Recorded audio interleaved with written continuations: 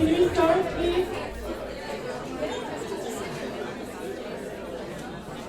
Can we start, please? Can I ask people to please take a seat? Thank you.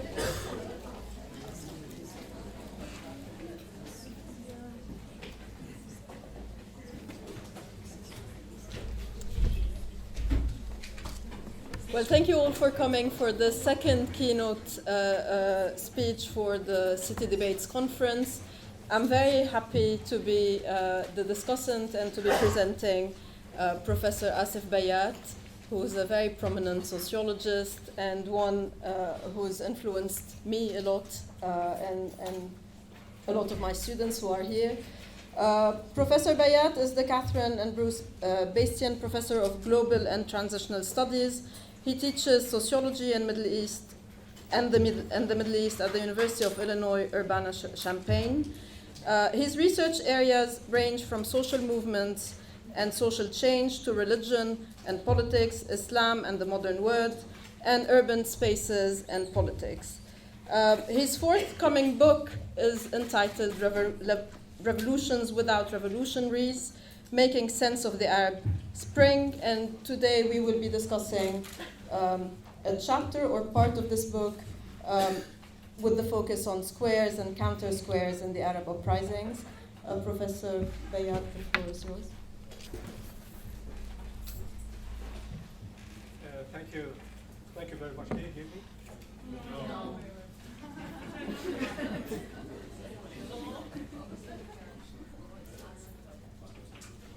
Can you hear me now?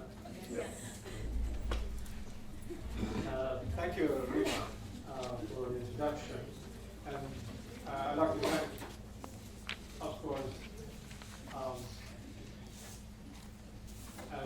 Monas, both Mona and Heba, for and many others who have organized city debates for many years. In fact, this is my fourth Christmas here. And somebody asked me yesterday, how do you do it? Well, I said I have some wasta here in the department, both among the professors and the students, who then become wasta. And so it's just getting better and better. So as Rima said, this is actually part of the book that hopefully will come out in spring. This is in fact the first volume of my analysis of the Arab uprisings. I'm currently working on the second volume, which is the story of the subaltern in the Arab revolutions, what Arab revolution really means for the ordinary people. But today, discussion somewhat is different. It is about somewhat Arab squares, or theoretically speaking, is about urbanity and insurrection.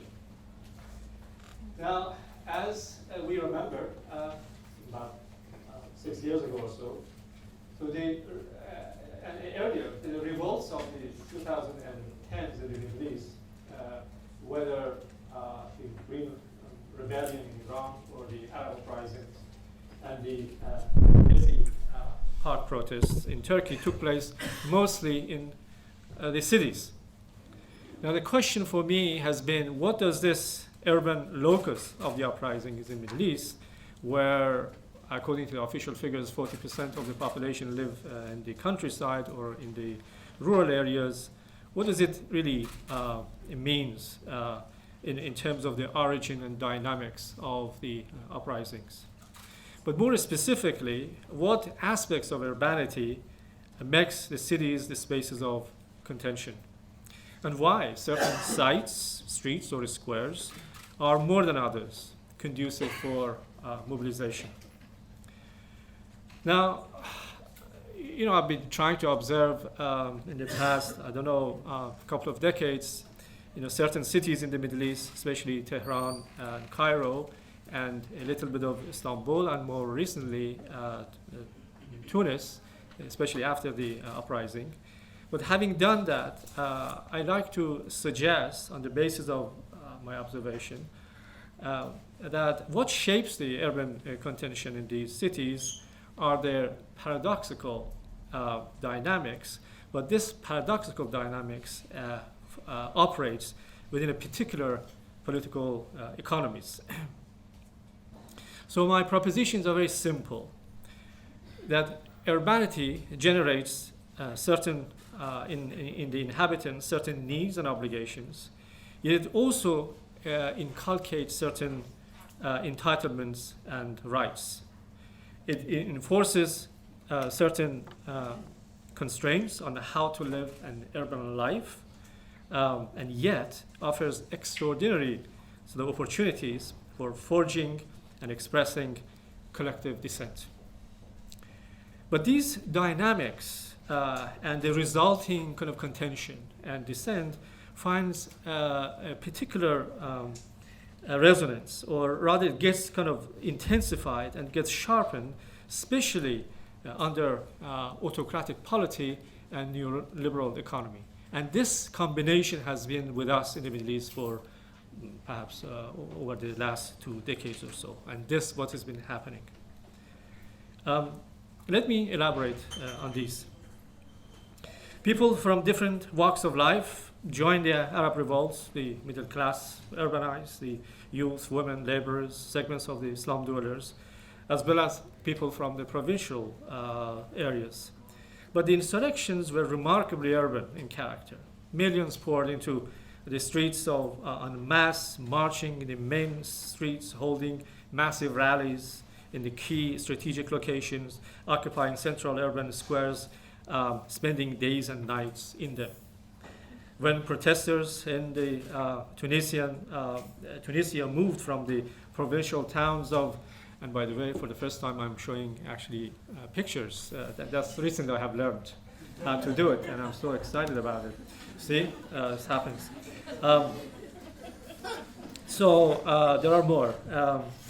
So when the protesters actually moved from the provincial towns of Sidi Bouzid, Bouzayn and Qasrin and others northward toward the capital city, Bourguiba Avenue became the kind of center, epicenter of contention in Tunisia. And then Cairo's Tahrir Square came to epitomize the uprising street politics par excellence. And before long, the idea of Tahrir moved to other Arab cities, like Yemen's Tahrir squares in Sana'a, Tripoli's Green Square, and Bahrain's, of course, Pearl Square. But as battles rage and tear gas overtook these squares, so did life and levity and sociality. Mass rallies, banners, and makeshift tents, medical teams, cleaning crews, and security groups, discussion groups, food and music, all became part of square life. Activists, men and women, Muslim and Christian, spent night times in the makeshift tents. They were then joined by ordinary men and women, children, and elderly together, turning these sort of battlefields, sort of meidans, into evenings of carnivalesque, with street vendors shouting for hot tea, cold drinks, and tear gas masks. As days passed by, these squares seemed to become a microcosm of alternative order. The revolutionaries seemed to kind of aspire democratic governance, horizontalism, self-help, cooperation, and altruism. In the Sana'a's Tahrir Square, the large banner read, "Welcome to the land of liberty." And the surrounding streets were renamed as Adl, or justice, and Hurriya, or freedom. Here, in these squares, strangers met and engaged, and gender, religious, and class divides seemed to dissipate, leaving the square with an extraordinary sense of solidarity and sacrifice. The idea of Tahrir then traveled to Tel Aviv, Madrid, Bangkok, Sao Paulo, and Istanbul, continuing with Ukraine's Maidan Square. In fact, their revolution is called Maidan Revolution. But revolutionary mobilizations were not limited to the large and capital cities. The provincial small towns also became sort of the hotbed of revolutionary upheavals. In Tunisia, the revolt, after all, began in the depressed town of Sidi Bouzid, spreading through Bouzayin, and Qasrin, and Kafsa, and Jandouba, and others, before, of course, reaching Tunis. In Egypt, we had Suez, Mahalla, Port Said, Ismailia, and so on, of course, you know. In Yemen, of course, Saada and Taiz. And not to mention, of course, in Syria, where the uprising sort of sparked from such provincial towns of Dar'a, Hama, Homs, Deir Zur, and Raqqa, and others. In Hama, on 2nd of July 2011, some 200,000 Syrians protested occupying Asi Square in the very city where in 1982 the Ba'athist regime had put down the rebellion by massacring about 20,000 protesters. Now these events have produced an extraordinary interest in the idea of urban space and politics, and a real sort of fascination with the idea of Meydan. It looks like we are kind of moving from an earlier sort of digital turn, that is exclusive kind of focus on Facebook revolution, social media, and so on, into spatial turn in the analysis of the Arab Revolution. So there is a lot of actually literature really is emerging, and I think this is a good development. Yet while there is recognition that city space is important in contentious politics, debates continues as to why it is so and how it is so. Actually, attention to space in social movement theory is pretty new. In fact, in the past decade or so, when a number of discussions emerged in the journal Mobilization, and actually Tillich, actually before his death, invoked space, pretty for the first time, and then others continued. Of course, you had in your discipline, in I suppose urban planning, of course, space is very central. But the connection between urban planning and social movement theory or sociology has been not very good. And I think this is this session actually is a good one. I mean, this conference and debates, city debates, are a good one to connect these disciplines and these debates. So, despite the fact that, of course, space had existed in the political writings of Marx, the factory system, Weber, City, and of course Lefebvre and Foucault.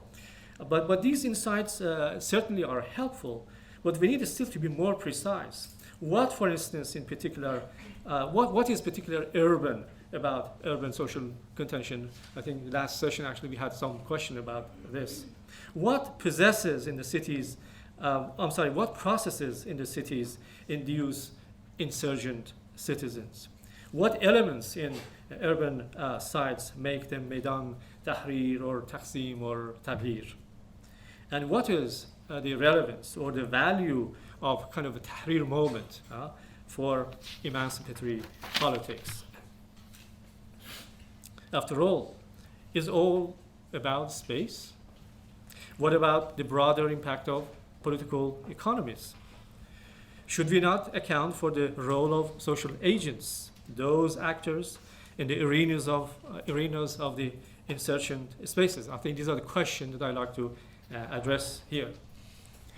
Now, many observers, in addressing these questions, many observers point to the symbolic power, meaning the political history of those of certain sites like Cairo's Tahrir or Manama's Kurd Square. Yes, but the symbolic significance changes as the city, of course, transforms. During Abdel Nasser, for instance, it wasn't Meydan Tahrir, which was the center of protestation, but it was Abdin Piazza, which it was a kind of piazza in the sense of piazza of speech and balcony that reminds one of Ceausescu or what happened in Leipzig, before their or during their uprising.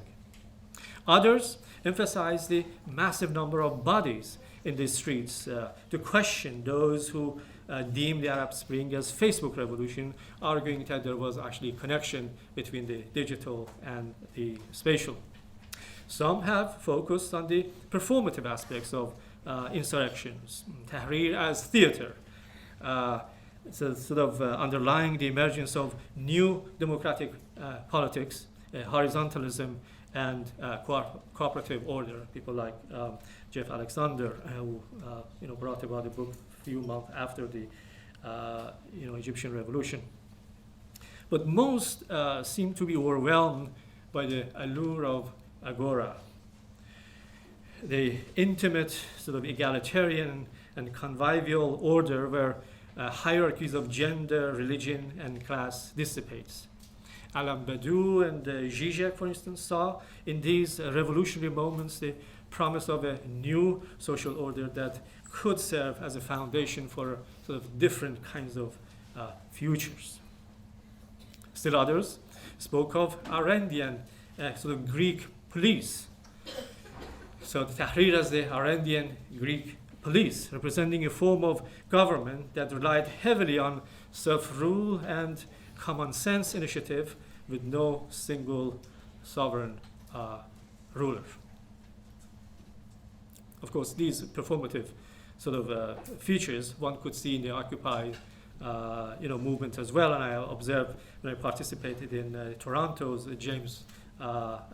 St. James Park. I'm sure you have participated in many others. Now, of course, the innovative and egalitarian spirit of square activism deserves our intellectual attention. I think these are significant moments that has to be documented and think about. But I think that the square life of this sort were none of those. I think the square life of this sort actually is a liminal reality, a kind of transitory egalitarian community that navigates between the real and unreal. To me, it actually resonates more with the notion of communitas, Victor Turner's communitas, in the sense of an egalitarian community of equal individuals who break away temporarily from the everyday norms and structures of power to operate in an ad hoc state of liminality. In fact, these are the social formations of exceptional moments in great political upheavals and should not be mistaken for what activists can or cannot do when everybody goes home. In other words, it should be mistaken with what activists can do in the larger structures and national settings. In other words, an overemphasis on the speciality of these democratic moments shouldn't lead us to overlook their temporality. That is, this crucial fact that these democratic and egalitarian instances have typically ad hoc and exceptional existence. As much as the function of space, they are also a product of history. Perhaps we need to take account of political economy and structural sort of dynamics seriously. Something like what David Harvey, I think, does nicely in his comments on Arab uprisings and Occupy movements. But unfortunately, his broad, very broad, large-scale analysis falls short of offering any sort of ethnographic insights to show how really the operation of capital and its spatial configuration actually creates urban insurgents. In fact, there is little rebellion in his book, The Rebel Cities, which actually appeared in the wake of the Arab Spring and Occupy movements. It's all about the aggressive encroachment of capital on the cities and larger geographies to dispossess the working classes. Even his very engaging interview in Jadaliyya with our Heba here and the friend actually follows similar lines. Consequently, we really don't learn much about how, if at all, the urban dispossessed fights back, nor do we know how these processes are especially linked to the role of the state. In fact, state is missing. The state is missing in these observation, in these analysis, because the state does matter. The nature of, remember this morning we were talking about, there are different types of the states, right? And the nature of the states matter as long as to show us how the working classes dispossessed can or cannot fight back, whether there is a space or there isn't a space, and so on. But Saskia Sassen, a sociologist, who also commented on the Arab Spring in an article called Global Street, the Arab Spring and the Occupy movement, but especially the Arab Spring, makes an interesting point that the ecology of the city, the kind of a dense juxtaposition of lives, places, and streets, makes powerlessness, she says, problematic or complicated. In other words, she's saying that it makes powerless to make history, because the states simply cannot pulverize the city and its inhabitants when the rebellion begins.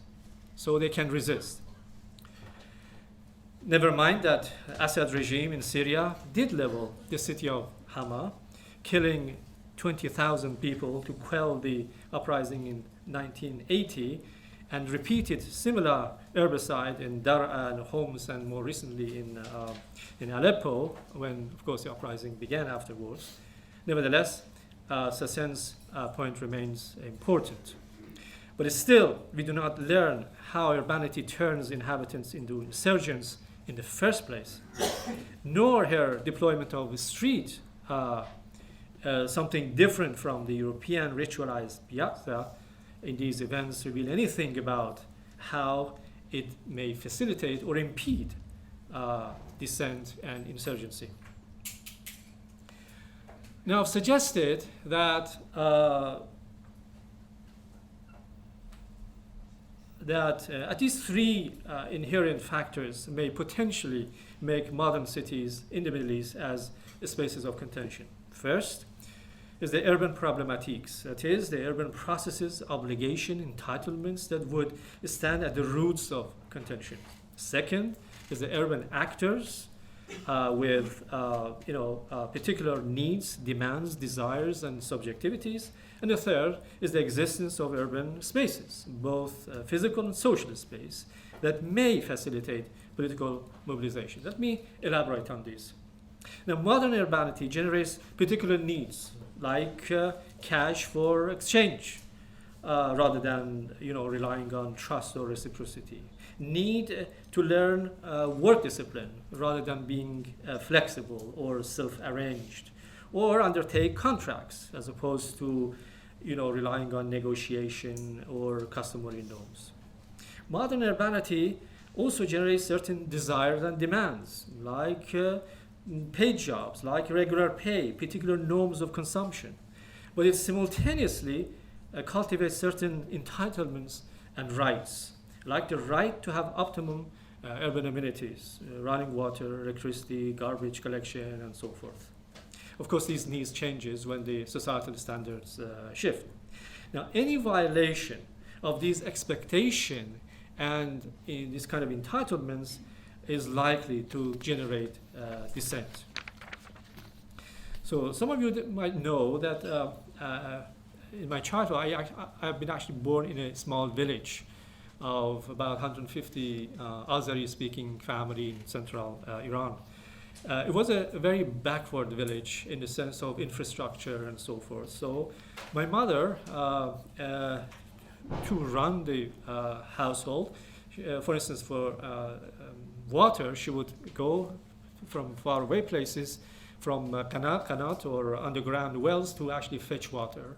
And that was her everyday things. She had to do it. To warm up a house, she had to make wood fires, right? And so on. That was her job, and this was what she used to do. Then, for whatever reason, we moved to the cities, largely because there was no school. and in South Tehran.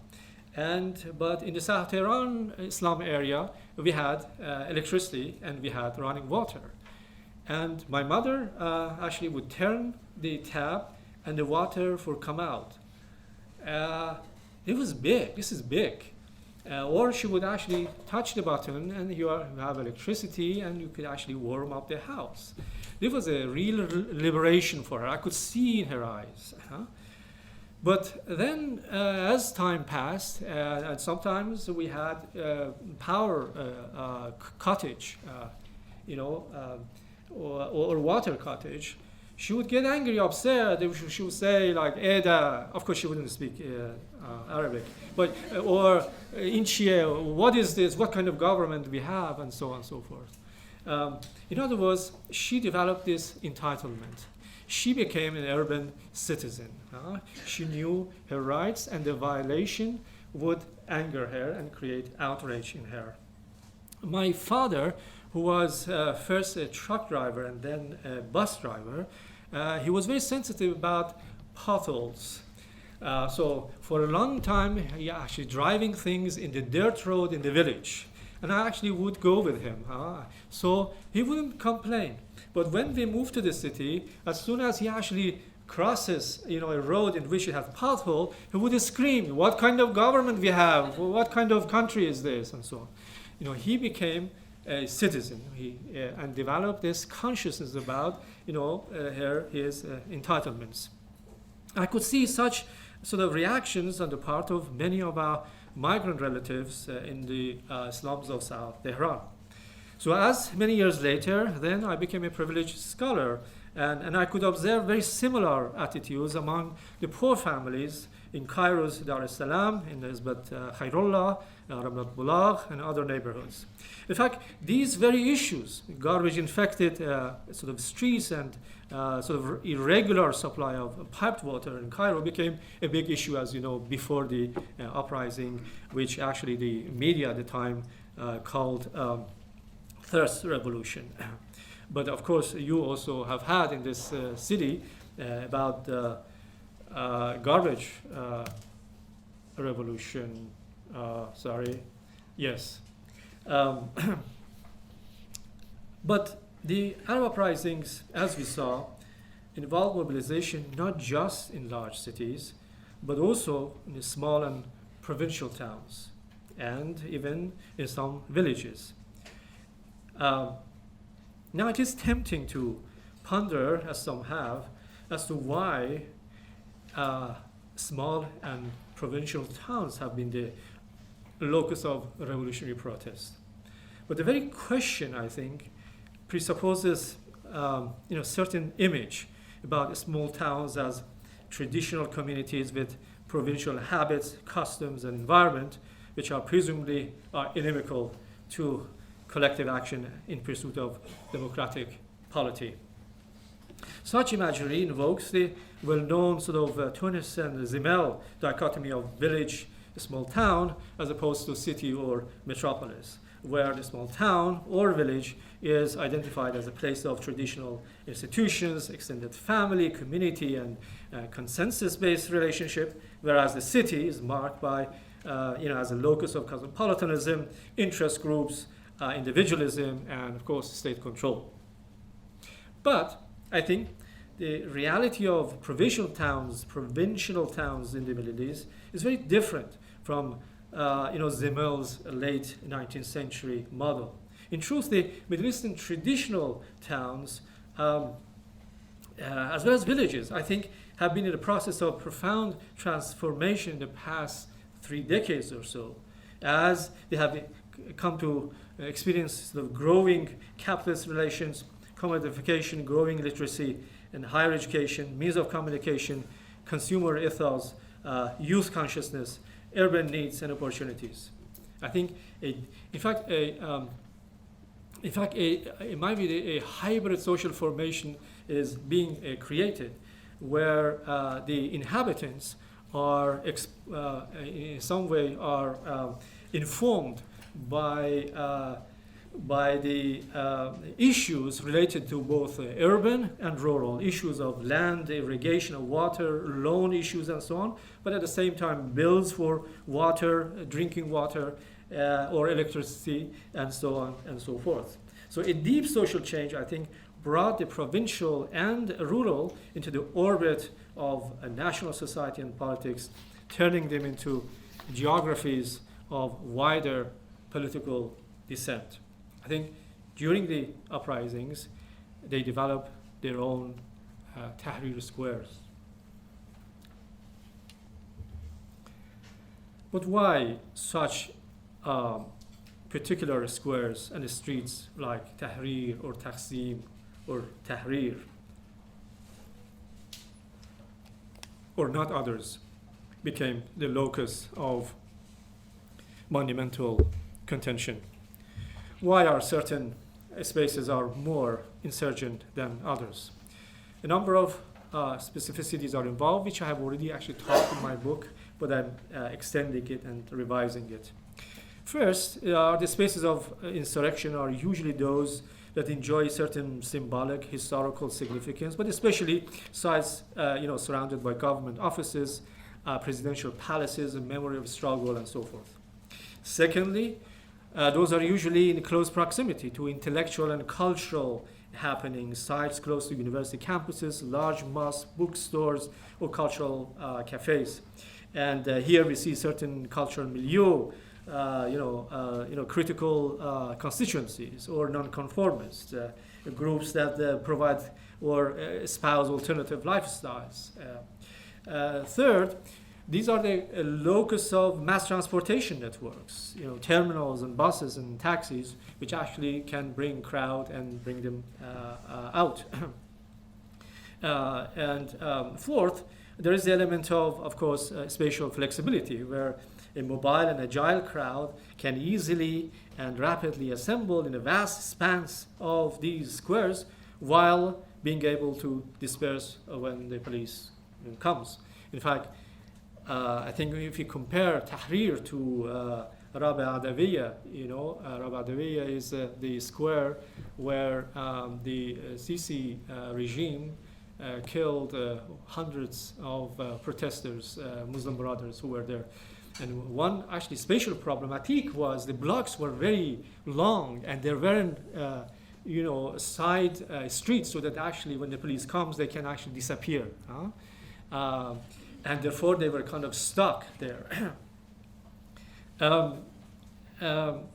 And finally, of course, is the element of anonymity and unknowability, as Raymond Williams put it. This is central to the Maidan politics because it provides a sense of liberty of action, which otherwise would be subject to social control. So, in fact, in a lot of cities, we know that the activists, for instance, in their own neighborhood, they go to Maidan to not to be known, right? Or even from the villages. Now, an irony of all this is that these modernist vast squares and boulevards had been inspired by the ideas of French Baron Haussmann. And of course, Cairo got the idea from Paris, and Bourguiba Boulevard actually was built during colonial French. So these were originally actually designed, among other things, to prevent riots and revolution.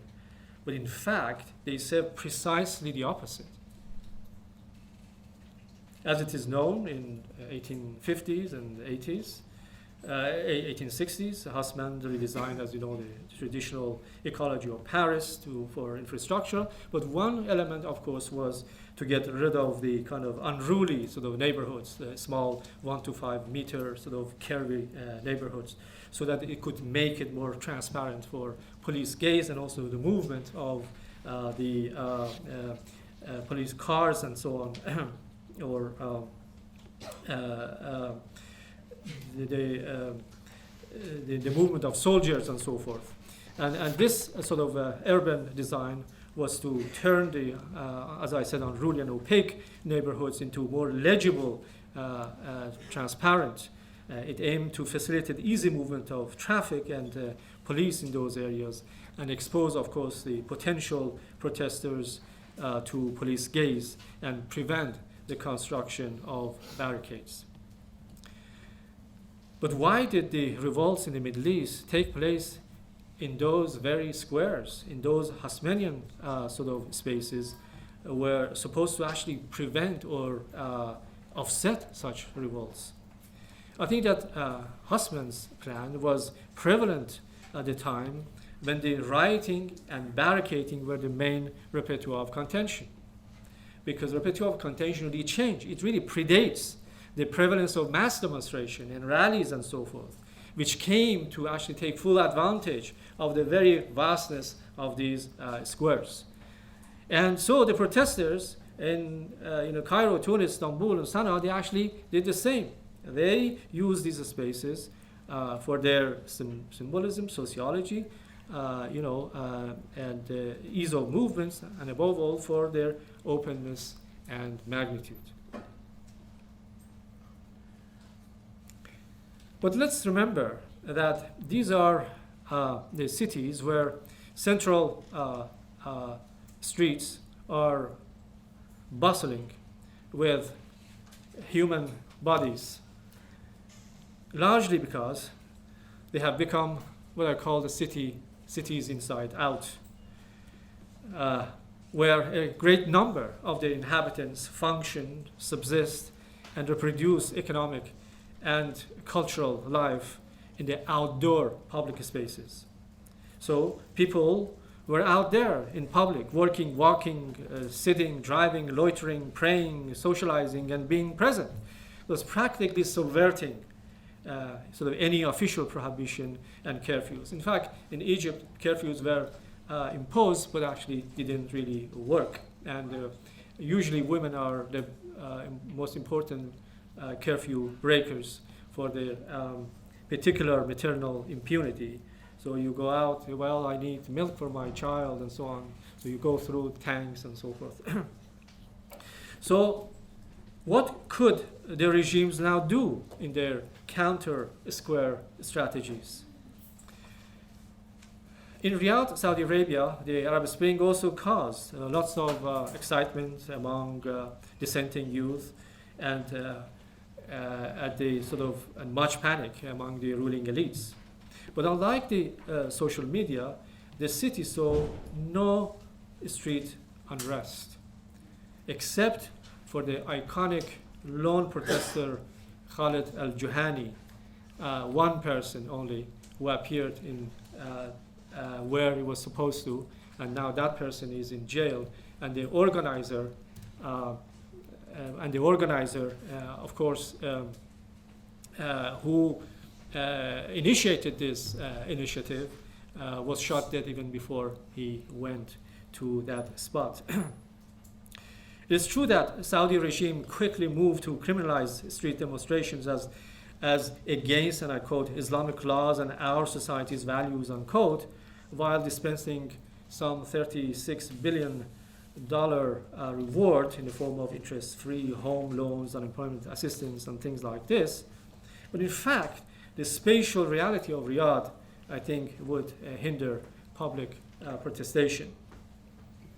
So modern Riyadh offers a literally outdoor public space. If you've been, you have noticed. Is quite actually anti-public even. Vast streets with fast cars, but empty people. So to make any small public gathering would be really odd and suspect.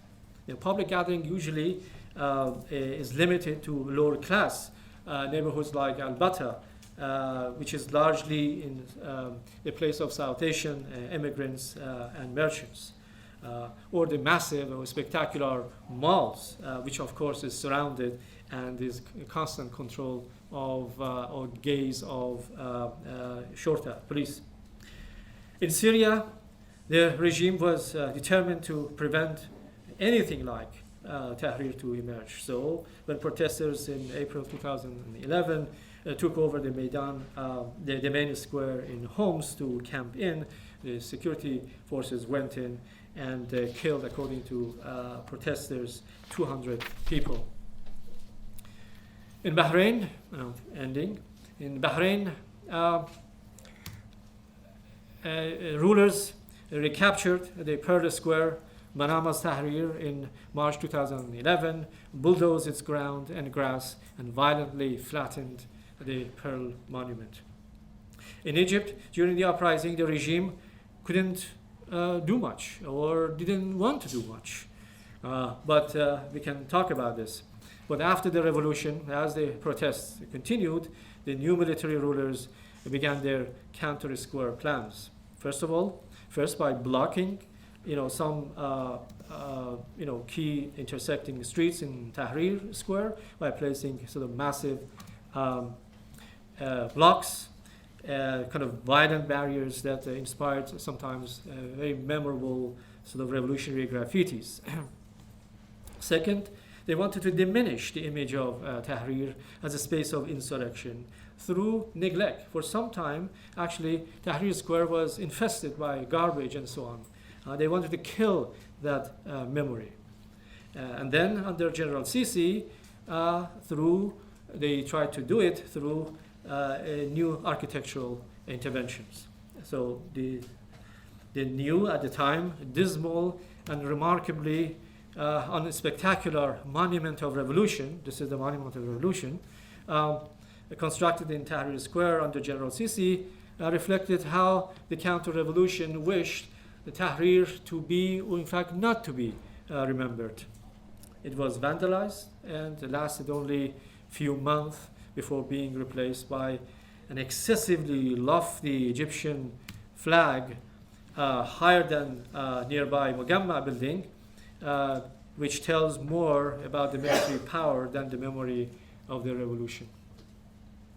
Then came, of course, the famous idea of relocating Cairo, with all its state institutions, into new 45 billion capital city in the desert. So the initial design, which was published with UAE investment, pointed to a city similar in morphology to those in Persian Gulf, with no apparent public squares and central spaces. Now, spatial relocation for fear of urban insurgency is not new. President Ahmed, even in the region, President Ahmadinejad of Iran, just after 2009 Green Revolt, also planned to relocate 1/2 of Tehran's population into different cities to actually dilute the population, and in fact they tried to increase the population of the rural areas. General Franco's of Spain did succeed in transferring Barcelona University, a bastion of anti-fascist street politics, to a different location. But the relocation plans of President Ahmadinejad encountered a problem, and in fact it's been somewhat tabled. And General Sisi is back and forth, but it seems that it's going on. Somebody said something will appear, but we still don't know. Now, to end with the current structures of the new liberal economy and autocratic polity in the Middle East, the city life and the space remains still conducive for further possible popular eruptions. Thank you very much. I appreciate your attention.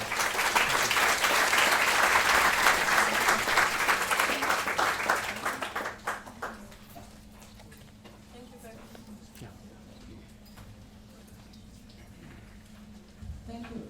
Can you hear me? Yes. Thank you very much, Asef. It's always enjoyable to hear all these thought-provoking ideas and try to engage with them. So I was given the difficult task of commenting on this very, very interesting and beautifully written chapter. And every time I read a book or a chapter of Asef, I find myself agreeing to many of, I read and I agree, but then I stop and I think, I have a few comments, but I don't really know how to articulate them because he's so nuanced in how he poses these ideas that he touches on. So he somehow preempts criticism by touching on all different aspects of the social world that is complex and of course difficult to understand. So what I'll try to do now is I'll play the devil's advocate a bit. And having said that, I really enjoyed and I think it's a very interesting chapter and some really good ideas for social scientists and specifically scholars of social movement, because it is true that the concept of space and urbanity has been missing in the literature of social movement, and it's only very recently that we're picking up on that. So you probably know a lot more about urbanism and urbanity than I do, but I'll try to think of it from a sociological lens. So, I mean, as mentioned, there has been, since the Arab uprisings, the first turn or the first wave has been mainly focused on the idea of the digital turn. And I mean, both turns, the first and the second, are trying to engage with the idea of the public sphere. So the first one that described the revolutions as Facebook revolutions, the role of social media, etc. But the second one, and where this contribution is more looking at space, the importance of squares, and this question of, I mean, there is a big literature on numbers, on protest size, but not very much on the space where the protests take place. And I think, Asef, you're very right to make many critical questions about the notion of space and social movements, and I particularly enjoyed that. And to approach the question of space with some caution. And throughout the chapter, you keep on reminding us about the link between structures and agency, between history and geography. And so trying to engage with this question at the macro and the micro level, which leads you to then decide to engage with the question at really the meso level, the how question. How do these spaces become places of contention? And you particularly said a sentence that I'm going to build part of my, not criticism, but engagement on.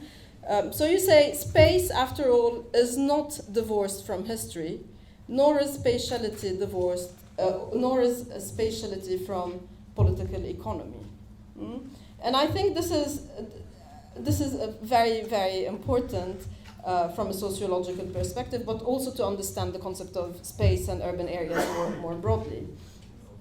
So therefore, the question of what is urban about these social movements guides my discussion. And if social movements and upheavals arise at the time of discontent, then the more precise question is, what is it that creates discontent within urbanity? Why social movements in urban areas? But also I will move on in a bit to also rethink this question of, are the Arab uprisings urban uprisings mainly? And how do we then deal with the question of, which you describe very well and you document of how, I mean, of course these uprisings had different paths, but many of them started not from urban or from the periphery, if I may say. So the short answer, and of course you've heard the presentation, but the short answer that you give is that you develop a theory of urbanity and urban entitlements and rights to explain the potential of urban life and producing dissent. And here I'll start from this point and trying to argue that urbanity is a different mechanism than urbanization.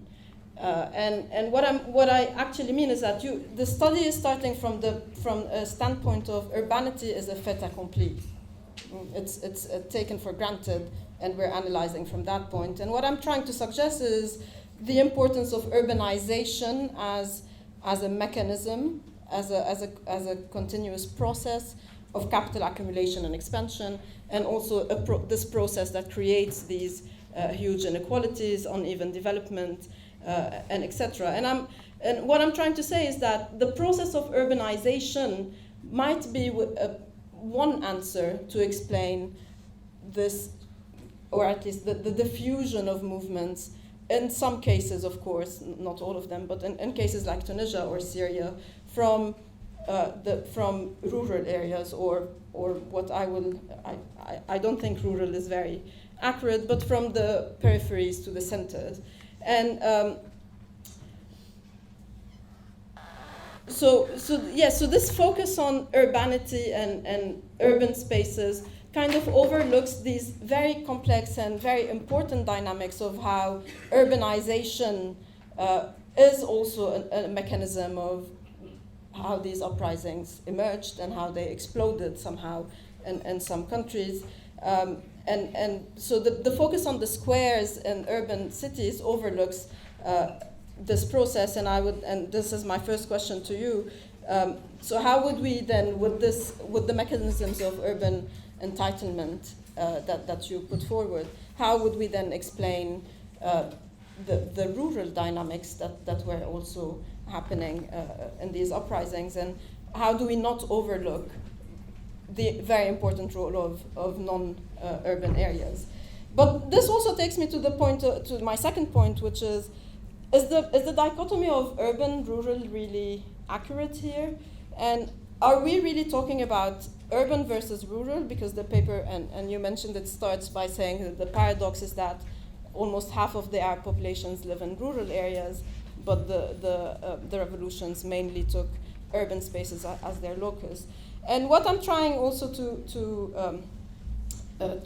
think here is it really a dichotomy between urban and rural, or is it more a question of center periphery that is very related to the process of urbanization and not urbanity per se?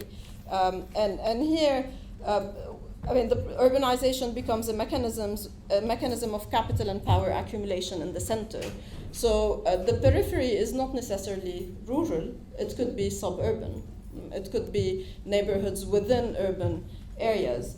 And here I think of the notion of Lefebvre, the citadin and the citizens.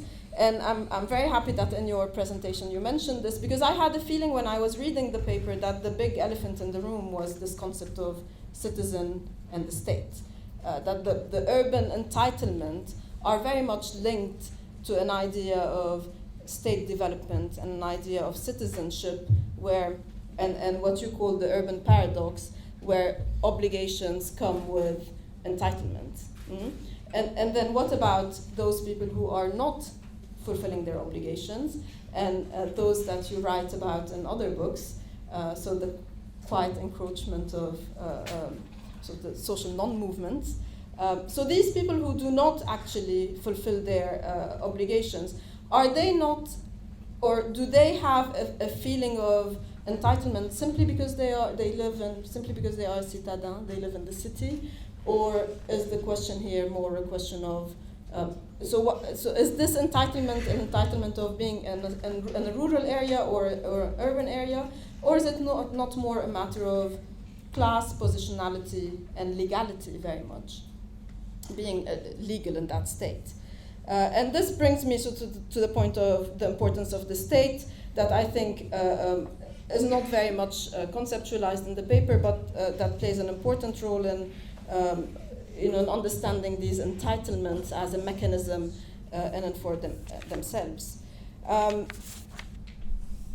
So I was wondering whether you could tell us a bit more about this definition of urbanity as a fait accompli, and the urban entitlements, and how they are linked, because you mentioned this link to capitalism and to neoliberalism and to these big changes that are occurring, but also to state building and citizenship. And how do we then make sense of all people who are outside the state and outside legality, and who actually played an important role in these uprisings? My third point is about the notion of Tahrir as theater, which I think is very, very interesting. And the performative feature of the uprisings, of course, reminds us of a big literature in gender studies. But also, here I think there is, of course, the revolutions are exceptional moments, But I'm also I'm wondering, and I'm really pulling your leg here, are we not overemphasizing an exceptionality and behavior? I mean, the moments are exceptional in themselves, but is it really true that in Tahrir Square and other squares, class and gender differences completely disappeared? And this temporality of, I mean, we know and we've heard a lot about a lot of initiatives against harassment, so it seems that, a closer look does not really portray a completely egalitarian image the way it's been described. So here again, I'm trying to think of what is exceptional about these moments, and how does this play out with your concept of non-movements, where you say that in everyday life people are challenging the structures and the norms, and so what then becomes exceptional about challenging these norms in exceptional moments, but are these behaviors in themselves exceptional? And I'm thinking here of behavior within crowds, so behavior, for example, of people at mosques, where there is also a sense of performance of. So is this not crowd behavior in general, and is it exceptional to these revolutions? So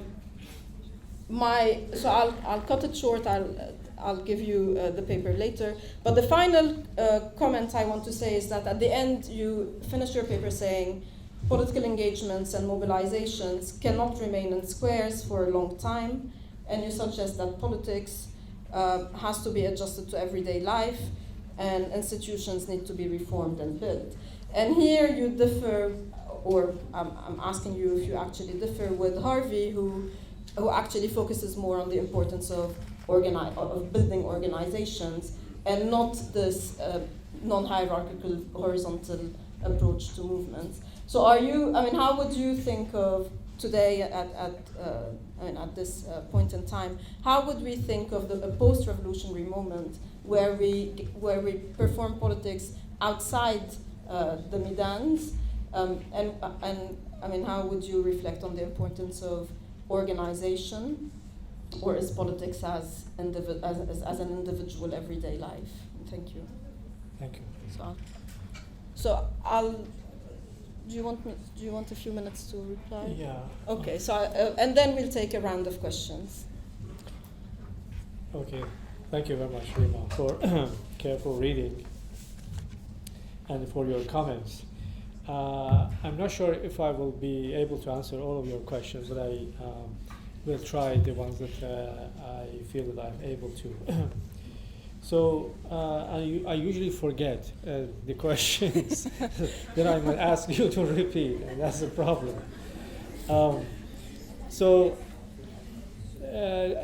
Start from the last one.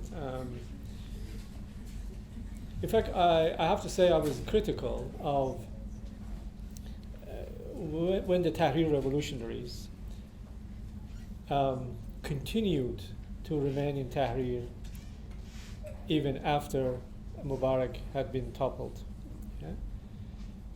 Because I tend to think that there's a big difference between the time of insurrection and the time of post-revolution. The day after, when the dictator abdicates, the dynamics of contention changes. Right? Because those people, not necessarily activists. Activists are not important, they are nothing if they are not supported by ordinary people. Which makes contention ordinary, not extraordinary.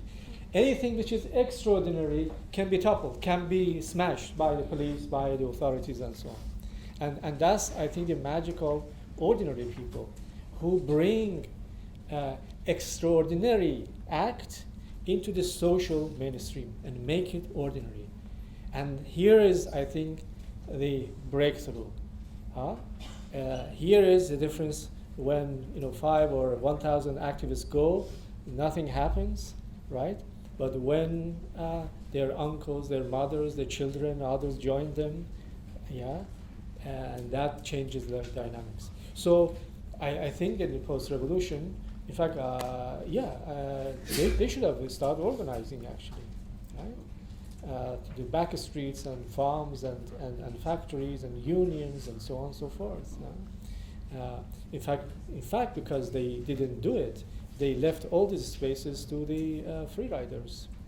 And free riders are the bigger winners, right, in post-revolutionary times.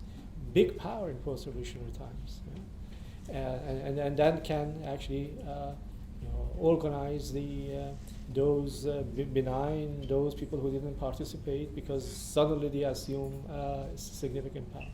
So yes, the role of organization becomes very important. So now let me just very quickly, no, I don't really, I actually somewhat question the dichotomy of rural-urban by saying that actually things have changed. I was actually giving an example of my time, my village, right? Which to me was really rural. It was agricultural largely. No urban amenities, right? And no kind of means of little means of communication and so forth, and largely self-sufficient, literary exchange. But things have changed now. When you go to the villages, we are very much connected to global processes. Yeah? So therefore, I actually question.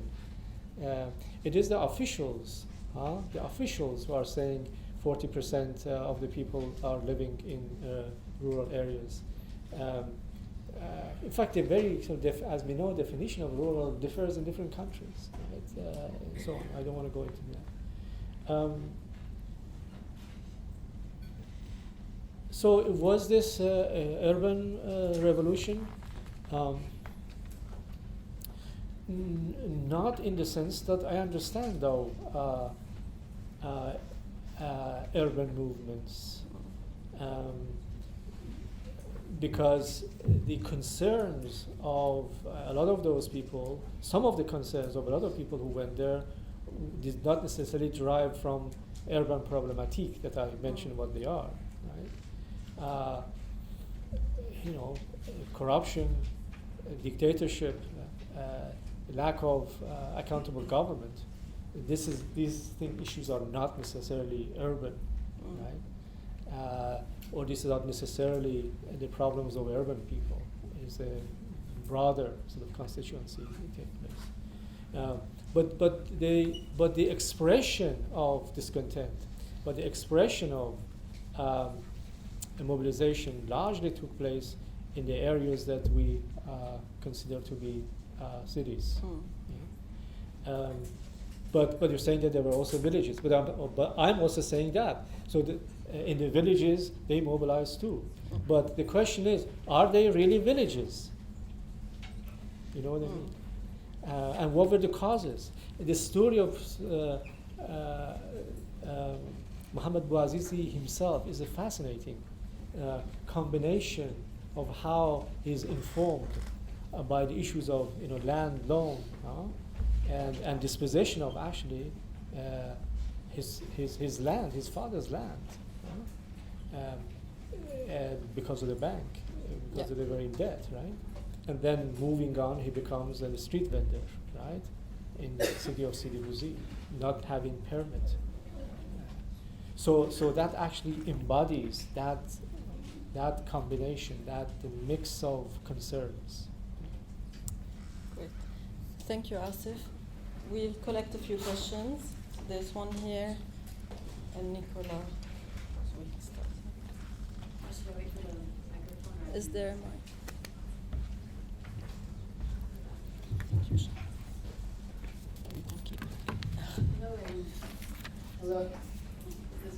Hello, and thanks so much. Thank you so much for your lecture. I first became acquainted with your work in my final year of undergrad when I was choosing between law school and pursuing a master's in Middle Eastern Studies. So this was a pivotal time, and it's really it's a pleasure to see you here delivering the lecture. So I wanted to ask a question. I wanted to ask you a question about the primary thrust of your earlier work, the critique it has faced, and how would you respond to that now? Your some of your earlier work has argued that the atomized individuals, such as fruit sellers and street vendors in public squares and public spaces, have developed a collective solidarity with each other as they would happen to see each other day after day, sharing the same space, even if they don't directly engage with or acknowledge each other, and that they would instinctively and organically mobilize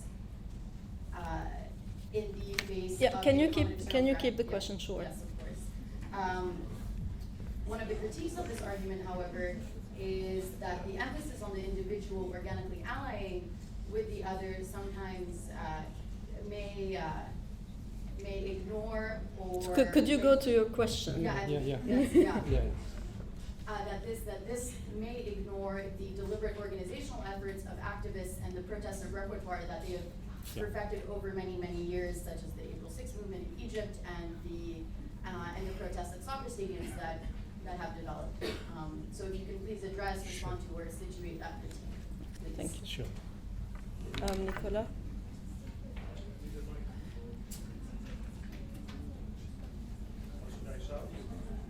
That's her. Hello. Thank you for a very comprehensive description of the results. I will be a little bit. I will raise three issues very fast.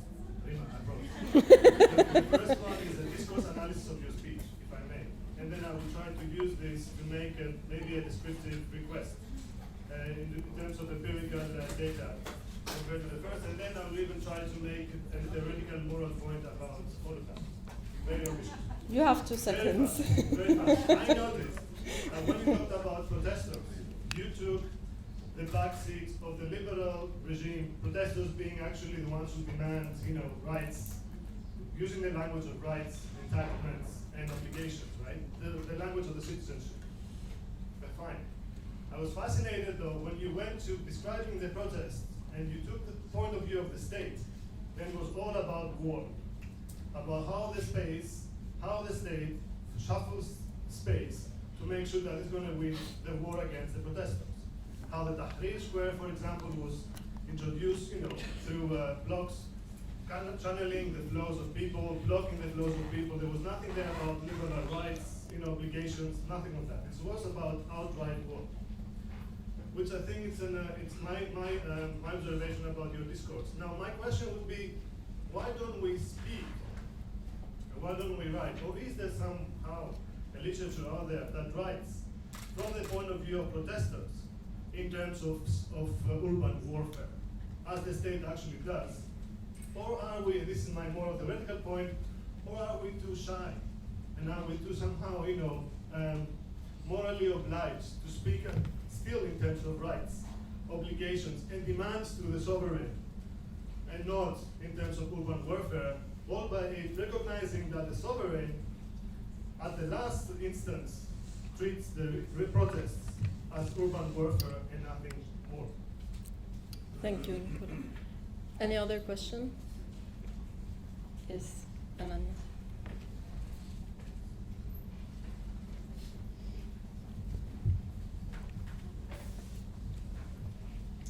Asef, thank you for that wonderful talk. So I actually really appreciate that you focused on urbanity, because all day, in fact, we've been asking what is urban about urban social movements.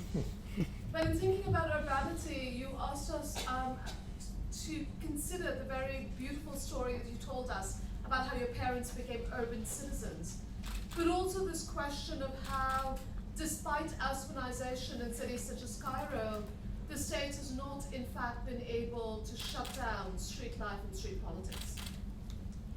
But Salwa Ismail, in her work on the protests on Tahrir and elsewhere, has argued that really what matters is not the Arab Square, but what matters are the back streets and the popular quarters, where, in fact, a very distinctive form of urbanity played out, which was the encounter between the police and young men of a very particular class. And that, she argues, created these repertoires of contention, but also created precisely, perhaps, the warfare. And that shows up, of course, in that incident between Bouzazi and the municipal policewoman, and that moment of confiscation, right? And is going sort of to the municipal police office and not getting a hearing. So I'm wondering how we should think about that sort of urbanity, but also those popular quarters and back streets. But what that does for me is raise two dilemmas and questions. One is around how we think about the state. And so I've been very interested in how what we have, what perhaps marks the urban, is a different kind of state, right? The urban for me is a mode of government. And it's a different kind of government than governing the rural. But the second is the class question. And how in those extraordinary moments, in those spectacular moments, perhaps different classes were held together in places like Tahrir. Because that, of course, there were a whole set of young people in those squares who had not had those encounters, who didn't live in the popular quarters and so on. So is that perhaps what defines then the Arab Square versus the popular quarters and the encounters with the police that have been that have become routinized in places like Cairo? We'll take one more question, and then one more question. I will forget. Thank you very much. Also because it's connected to Anania's question and it can be shorter than. Thank you, Asef, indeed, for a wonderful talk and a lot of ideas. Where are you? I'm here. Okay, very quickly, I was wondering when you made your case why you chose to talk about Tunisia and Habib Bourguiba Avenue, because there was not a real occupation. There was one big manifestation on 14th, the day that Ben Ali left, and there were smaller ones the 2 days before. After Ben Ali disappeared, there were two major occupations on the Kasbah Square, a little more up north of the Medina, which are more comparable, I think, to what happened in Maidan, Pearl Square, Tahrir, etc., etc. So I wanted to understand why you chose Habib Bourguiba Avenue. And secondly, you asked the question in the beginning: what exactly in the urban brings people to dissent, right? To collectively mobilize? And when you look at, for example, the Tunisian case, I'm less familiar with other cases. One major group that was important were the popular classes, just to use the term once more. And they were connected through kinship and through solidarity networks that exist since a long time, because they're the children and grandchildren of the people who have migrated from the interior of the country. Whatever happened in the interior, there would be, they would show this solidarity. So they were the ones who brought basically the uprising from the interior to the city. Then the rest of the city followed indeed, which was really important. So I come back a little bit to my point of this morning, and perhaps you can elaborate on it. It's this relational aspect from urban citizens, urban dwellers, connected through kinship and solidarity networks with the interior of the country that really triggered the first clashes with the police forces and so on and so forth, even before they went into the streets, Habib Bourguiba, etc. And indeed, my last point was actually the one that Anania just raised. And we talk about activists and normal people, but indeed, where are the classes, the social groups, and the different interests? Even identity or identitarian defined groups might play a role. Less so in Tunisia, but I presume in other places. Yes, thank you. Oh dear. So, yes, obviously, I mean, in the case of Tunisia, it began from the interior, right? Dakhel as opposed to Sahel. And there's been a lot of discussion and, in fact, writing about this distinction and the extent to which, those areas in Dakhel have been marginalized, and creating a person, a citizen like Mohammed Bouazizi. It's very true that actually moved up towards the north, and in fact, it didn't really took place. I mean, the occupation took place because the departure, when actually they went into Bourguiba Avenue, in fact, they were threatening to go all the way to Sidi Bou Said, right, in the north, when Ben Ali left. So there was really no need as to why they went to Bourguiba Avenue because of those features, that I mentioned, but especially because of the Ministry of Interior, right, is there. And I believe that also when you compare it with Kasbah, there was also some rallies in Kasbah, but as far as skirmishes with police is concerned, that is not a good space, as opposed to Bourguiba Avenue.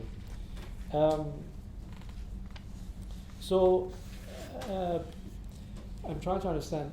Yes, police. I think police brutality has been really an issue in the poor neighborhood, and I agree with that. With the constant sort of surveillance of the poor, especially youth poor, and shunning them in particular from the urban spaces and that they desired to be present. And in fact, when the police disappeared, one argument is that for the poor, a revolution was won. They won it, right? Because they went away. And in fact, when they went away, very significant things really began to happen in the poor neighborhoods, right? In the peripheries. Land takeover, land occupation massively really took over. So that brings me to your question of, are these people non-responsible, right? As opposed to citizens, because they don't do their obligation, they don't pay their taxes and so forth. I think this is part of, actually related to your lecture yesterday, this is, to me, is part of the process of redistribution. This is a part of the process of redistribution. The question, and I'm going actually back to New York again, how do we do the redistribution, right? And I believe that bringing in the issues of property and redistribution is essential. But the question is, how do you do it?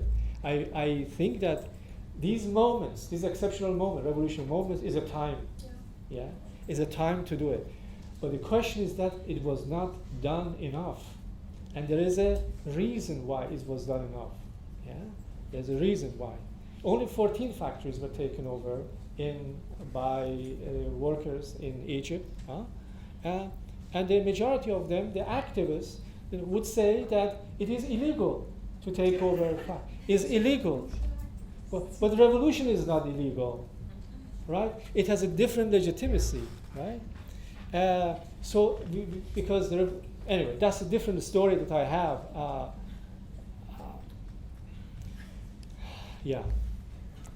These were revolutions of post-revolutionary times, when people were not thinking really in terms of revolution in the sense of the 1970s or 20th century. If you compare it with Iranian, Nicaraguan, and so on and so forth, the different type of, I would say, revolution. They were revolution with F. Kind of a mix of really reform revolution. I can argue. Yeah. So, oh yes. He's up. Yes. The discourse. I'm trying to understand actually your question.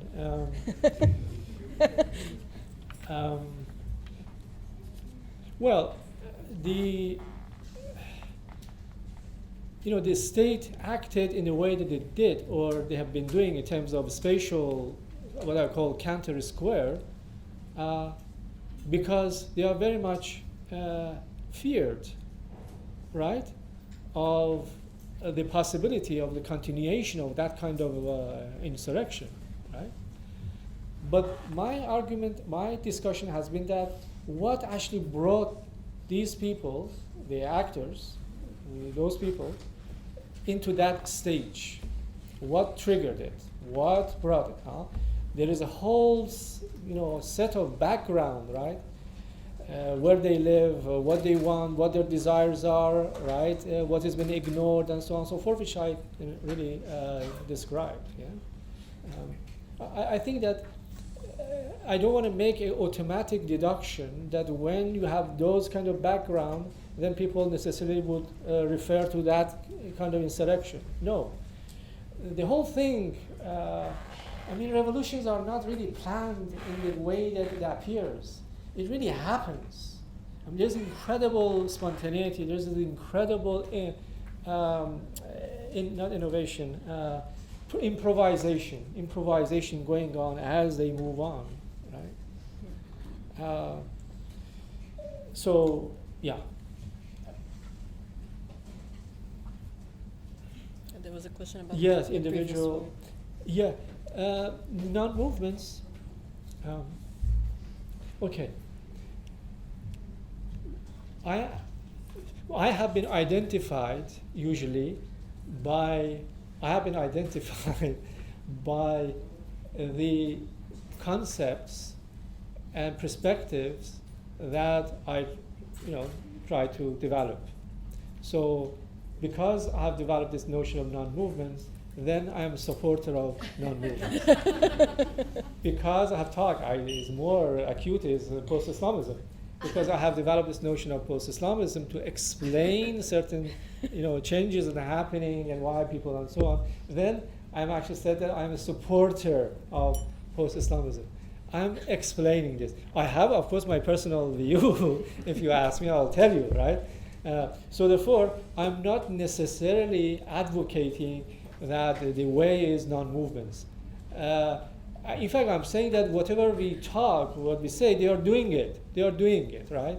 I'm just showing it how they do it and why they do it, right? So therefore, the presence or existence of non-movement, which I believe that actually is pretty effective, does not exclude the existence or the emergence of organized social movements at all.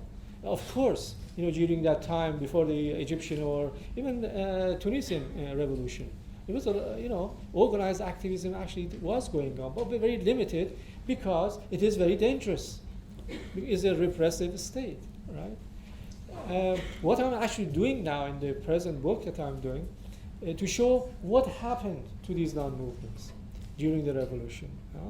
In fact, I'm discovering that a lot of non-movements became movements, right?